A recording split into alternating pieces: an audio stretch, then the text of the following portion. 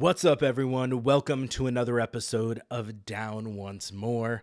I'm your host, Matt, and this week I'm coming at you with a mini episode that's going to be a little bit grab baggy. I feel like I've said that a lot lately, but we're going to talk musicals a little bit. We've got some programming scheduling updates. I'm going to go through a little bit of story time and just have some fun with it. So keep it short and sweet this week. And get you on your merry way. So, scheduling update. Let's start with that. I've talked about in previous episodes this month that the plan is for Brad and I to talk about Heathers the Musical, the West End Pro Shot. It was filmed for Roku, streaming on Roku, and Brad had never seen the original Heathers movie or seen Heathers the Musical or listened to the soundtrack. So Heathers is in New York right now, just off Broadway, and I love Heathers, and so I wanted to get Brad's thoughts and do kind of a revisited episode like we did with the last 5 years. Now, life has been crazy for both of us. He's got kids going back to school. I have work stuff, other things. And so we were getting to where it was this past weekend, and we went to go look to record, and lo and behold, the Pro Shot, the 2022 West End Pro Shot of Heathers the Musical, has been pulled from Roku. It does not exist there anymore. It does not exist to rent anywhere. It does not exist to buy anywhere. It is not available to stream for free anywhere. It no longer exists for the people. So, unfortunately, we are going to have to pivot away from Heathers the Musical, and Brad will never experience that joy until it comes back. Part of me wonders if it got pulled down to try to push people towards seeing the show where it's got its limited run off Broadway going now. Could be not. Could just be it had a limited engagement on Roku. It's a free streaming site. They cycle through things there. So that could be. But needless to say, I am very disappointed. I love Heathers. I love the West End production. When Rayleigh and I reviewed it originally on here, I gave some thoughts that there's some things I don't enjoy from the filmed version, but that I really enjoy with the West End cast recording. So go check that out if you're into Heathers and you need to get your fix and my thoughts. Go check that out now. But what we're going to do instead is this week I am seeing Frozen, the Broadway show. It's on tour. I am seeing it. It will be kicking off my 2025-2026 Broadway season that I have season pass for at my theater. And so I will be seeing that and going to give my thoughts on that for our movie musical review this month. I'm also going to watch and give a few thoughts on the Pro Shot of the Frozen Broadway musical featuring Samantha Barks. And so I'll weave that in there as well. So that's what we will do for the movie musical this month. Then the first week in September, I will be going through what's coming to streaming theaters, basically what you should be watching in September. And then we'll see after that. Brad and I, though, for our September movie review, are going to be reviewing Better Man, the Robbie Williams biopic directed by Michael Gracie, who did The Greatest Showman. I've talked about it a number of times on here. One of my favorite biopics I've ever seen, and that's from someone who had no knowledge of Robbie Williams before seeing the movie. And it turned me into a fan of his music. Songs are on playlists now. Big fan of the movie, one of my favorite biopics ever. I'm glad Brad will finally be able to watch it, and we will discuss it. It is streaming on Prime Video, so no issues there. You can find it there, watch it there. We will be talking about that some point in September. We're looking at maybe doing a movie double feature in September, so stay tuned for that. Another thing, got some suggestions over on Instagram about reaching out and talking to people on kind of the production side, behind the scenes side of local theater, smaller community theaters, that type of thing. And I think that's a really great idea. I've talked on here about supporting local theater and just live art in general. And so getting to see all the work that goes in behind the scenes that you don't see when you're viewing the finished product, I think would be really neat. And so we're going to get some people on the podcast for that.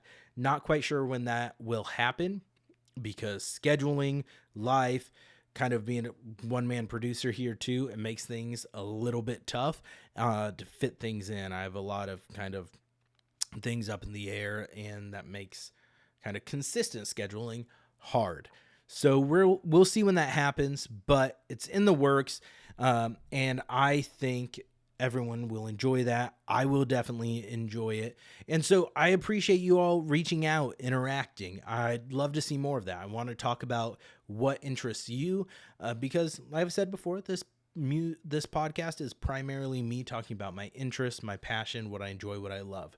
I am not an expert by any means. I don't have the technical knowledge, the musical knowledge, nothing. But what I do is just have a love and a passion for musical theater and the songs and how they can make you feel. And I like talking about how it makes me feel.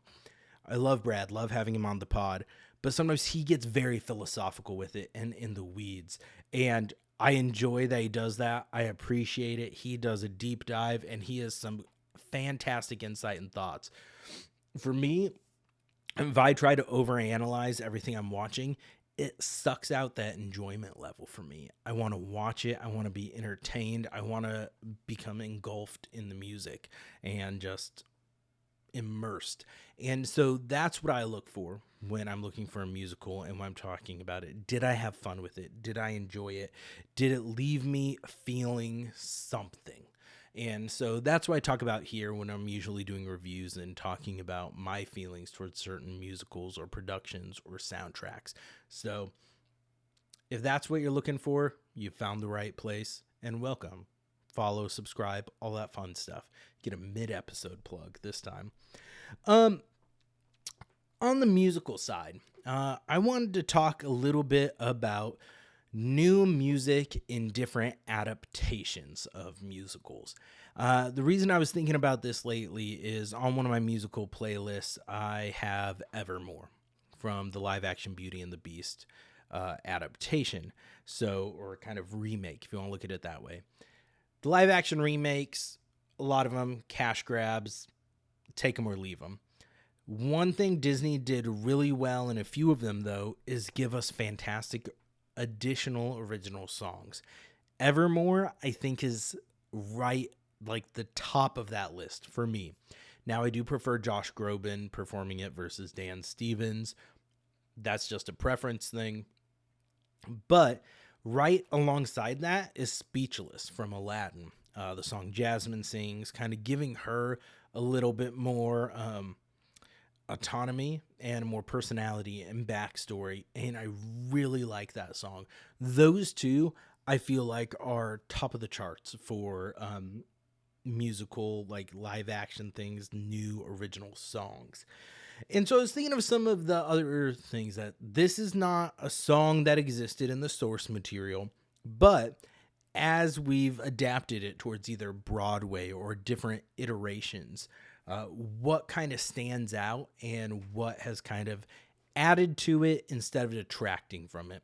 Because a lot of times when you're looking at different adaptations of shows, a lot of times songs get cut. Songs get thrown in, especially in the movie realm, just to try to get a Best New Original Song nom at the Oscars, and doesn't necessarily fit, doesn't necessarily work as well, and can leave you just kind of feeling empty. Now, I have not watched all of the live action Little Mermaid, but what I have seen is clips of some of the new original songs, and to me, they don't necessarily fit the vibe of that musical, and they kind of seem to clash with some of the traditional soundtrack, if you were. Now, Evermore and Speechless, I feel like fit in pretty seamlessly with Beauty and the Beast and Aladdin, respectively. Speechless is a little bit more of a grand sweeping number than other ones there, and it does feel a little bit more modern. Evermore, on the other hand, feels like it could have been with that original version that came out, and I absolutely love it. But I was thinking I was going to potentially put together an entire list and do a draft with Brad or something like that. But time has not been my friend. Like I said, things have been crazy. And so I just wanted to call out a few. So the live action adaptations of Beauty and the Beast and Aladdin have Evermore and Speechless. Absolutely fantastic. But another one is the Broadway version of Aladdin. And that has some great high energy songs added into it that kind of changes the plot as well. One that I think is really fun is the addition of High Adventure, which is Aladdin's friends, a song that they're performing about going to the castle. Great song, a lot of fun, but the real standout to me is Proud of Your Boy, which is performed by Aladdin, kind of singing at or towards his parents. And it's just a heart wrenching song. It's beautiful. I absolutely love it. Another one that was like a stage adaptation of a movie and an addition there is For the Rest of My Life in Prince of Egypt, the musical. That song is absolutely heartbreaking and so powerful, talking about the emotions that Moses is going through after the kind of the punishment from God of the death of the firstborn son, and Moses singing about just the lives that are taken kind of because of him and having to live with that guilt, the loss, kind of the blood on his hands for the rest of his life. And I think it is a very amazingly powerful song that was added into the Broadway production. That show as a whole, I feel like it's hit or miss on the Broadway production for me, but that song makes it all worth it. Absolutely love it. Another one that's a stage adaptation is Heathers the Musical on the West End. So some little backstory of Heathers. It started off Broadway, never moved to Broadway, went to the West End, kind of got reinvented and rewritten a little bit when it went to the West End. And they added a few songs, took out a few, but the best addition in my mind is I Say No. Carrie Hope Fletcher does a fantastic job performing it. It's Veronica kind of when she's breaking up with JD and going through all of that. Just the song of her kind of taking control, taking kind of ownership, and it's kind of when the switch flips a little bit. Now, I've heard complaints that tonally people don't like it as much with the musical. I absolutely love it. It was one of the first songs I heard from this musical. And one of the things that made me want to check out the musical more and then fully falling in love with it. So I love that edition on the West End. Going back to the movie side a little bit more, movie we reviewed on the podcast and I have very strong feelings about is Dear Evan Hansen. Most notably for me, the biggest change from stage to screen was the removal of Good For You, and Anybody Have a Map, and there's another big one that I'm blanking on that made me kind of as mad, but not as mad as Good For You and Anybody Have a Map being removed. Those two made me actually upset and definitely knocked off a star or two from the musical.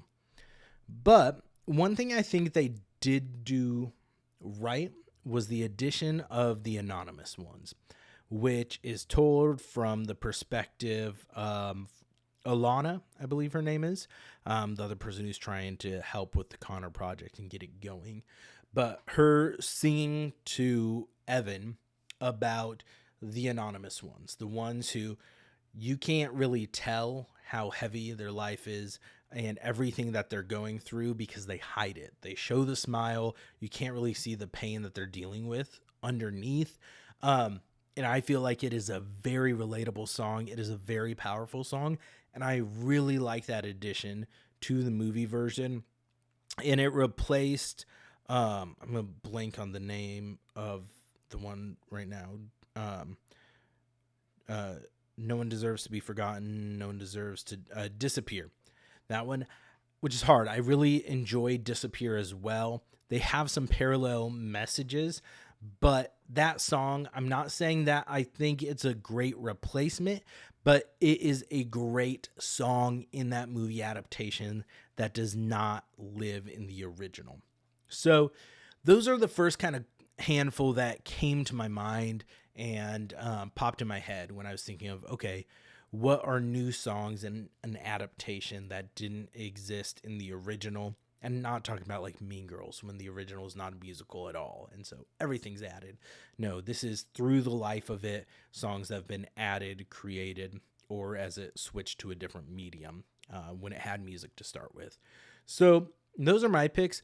Let us know in the comments or reach out to us on Instagram, whatever. Or if you're listening on Apple or Spotify, we use Buzzsprout for a podcast hosting. They have where you can send us fan mail. You can send us texts from the descriptions on this podcast. So you can reach out that way as well.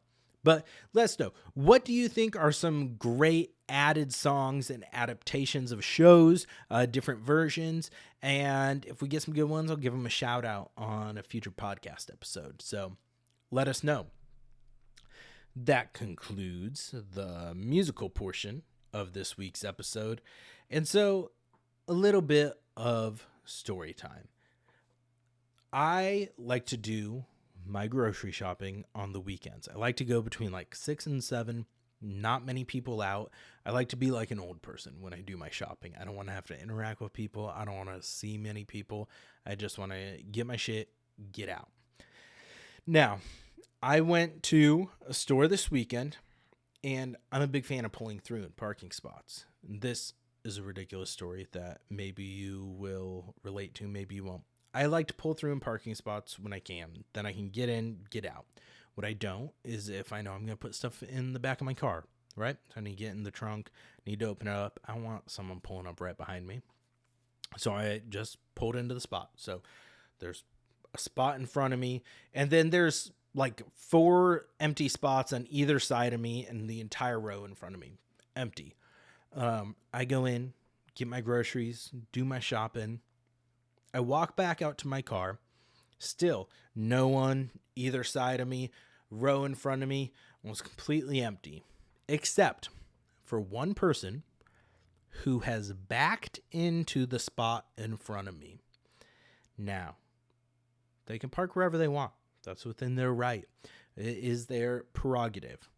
But there are so many open spots all around me, even closer as well.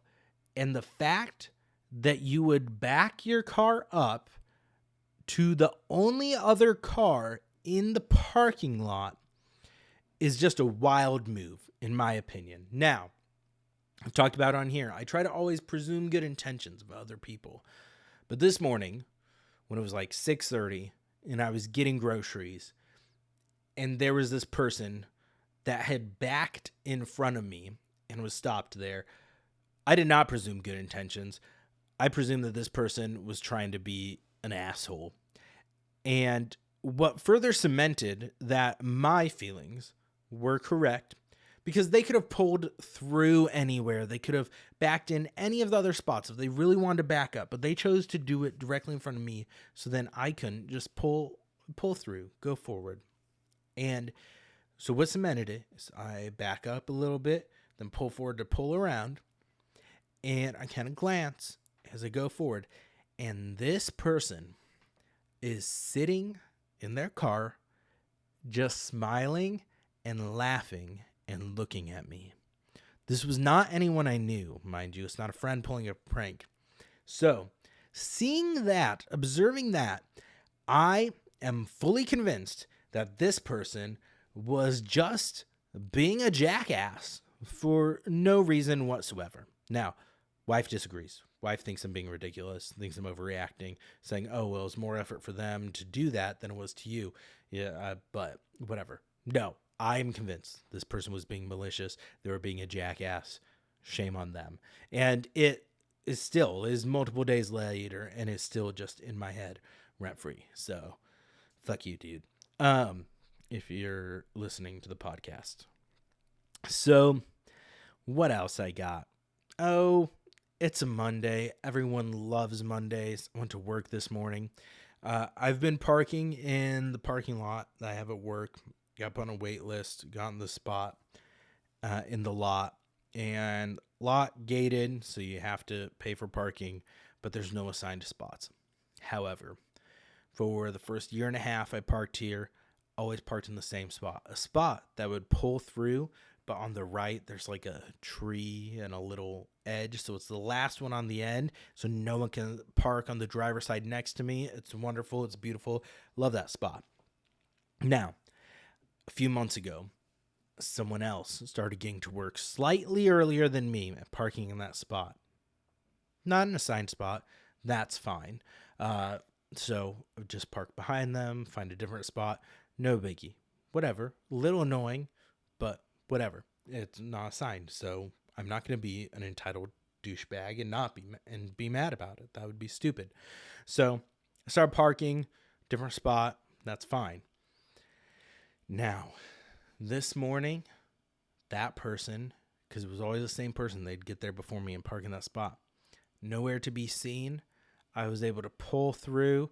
It felt like pulling into an old, phrasing, bad. But I'm like, this is going to be a great Monday. I'm starting off my day in my OG spot. It feels like it's been so long. Wonderful. It's a wonderful start to my Monday. So I just want you all to feel thankful for me and feel like, geez, this podcast is awful when he doesn't actually plan for anything. And that's fair. It is. I know it. Last thing, if you're watching on YouTube, I need glasses now. It's not bad. I'm not like blind without them, but I've had these glasses less than a week. And people with glasses, how do you keep these sons of bitches clean? It is impossible to not get smudges on them. It is the worst. And I don't know what it is, and I don't know what to do. I've had the suggestions. People have told me you need to get the like little disposable, like the wipes, like the alcohol wipes, and those are great. That's not great for the environment and logistically not great. But this stupid microfiber cloth that comes with it's the most useless thing ever. And I have the issue with sunglasses too. That like no matter what you try to do, they're always gonna still be kind of like greasy or just smudge. Annoys the shit out of me. So if you're a glasses wearer and you have pro tips on how to keep these suckers clean, easy, let me know. I'm bad at wearing them because I don't always like them, but it does make me look slightly more intelligent, which I could use all the help I can get there. So sound off below. So your assignments, listeners, for this podcast episode are to follow and subscribe if you haven't already. That should be your first priority. Next, you should go on Apple Podcasts and Spotify. Do both because you love us. And rate us 5 stars. Leave us a review if you want bonus points for that. And give us good ratings.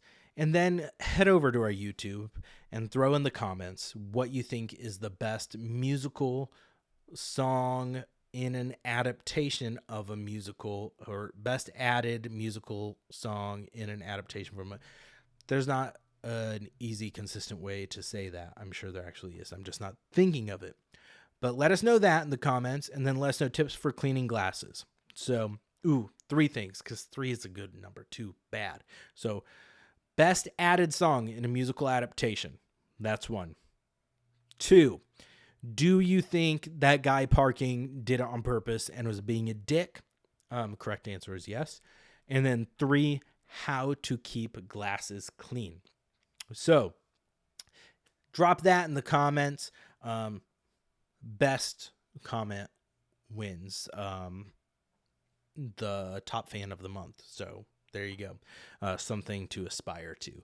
Top fan of a minor, slightly below average podcast. So, that's what you can do. So, I already said it. I'm going to say it again. Like, comment, share, subscribe. Tell your friends. Tell your family. Tell your neighbors. Tell the random greeter at your favorite store. Subscribe to Down Once More Pod. All that fun stuff. appreciate you all. Tell us other things you want to see on the pod, what we should talk about. Appreciate it. If you're watching on YouTube, make sure to stay after the credits to see the time lapse of the recording. Once again, I forgot to jiggle the mouse and it went to sleep on me and I had to start recording again 8 minutes in. So if you're like, man, that first 8 minutes was great, and then when it really went off the rails, that's why I had rehearsed that part. So thank you all. Have a great rest of August. Have a great Labor Day. And don't forget to go down once more. Actually, there's another episode before Labor Day. But still, don't forget to have a great Labor Day in advance. Don't forget to go down once more. Later.